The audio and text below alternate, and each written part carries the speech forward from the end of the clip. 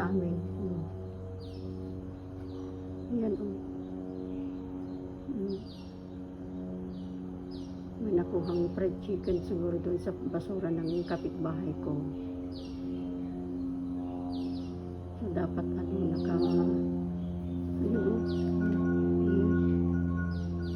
nag-aagawan sila ng pagkain. Oh my God. Yun yung bakod namin, guys. Ayan. Nakahide yung isa kasi mas marami siyang nakuhang pagkain.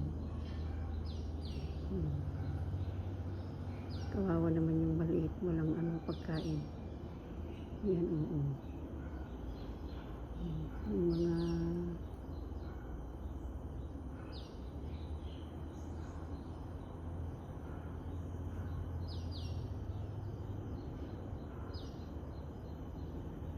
siguro sila din yung yung basura ko ng isang araw.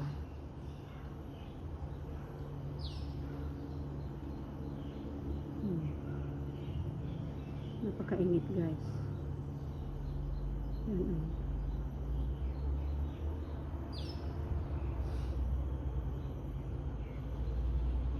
dito sa amin yan, guys, ha. Tapos kanina yung yung kapitbahay ko dyan, te, wag kang dyan, may nakita akong ahas, ayan, hindi ko naman nakita. Doon, banda, ayan yung bahay na yan, yung bago. Nilabas ko yung aso kanina.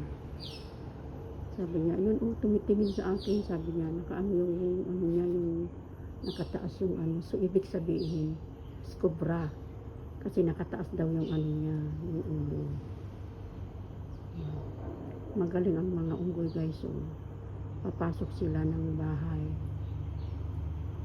Ilang beses na kaming napasok, kaso nga lang wala silang nakitang pagkain, kaya lumabas din sila.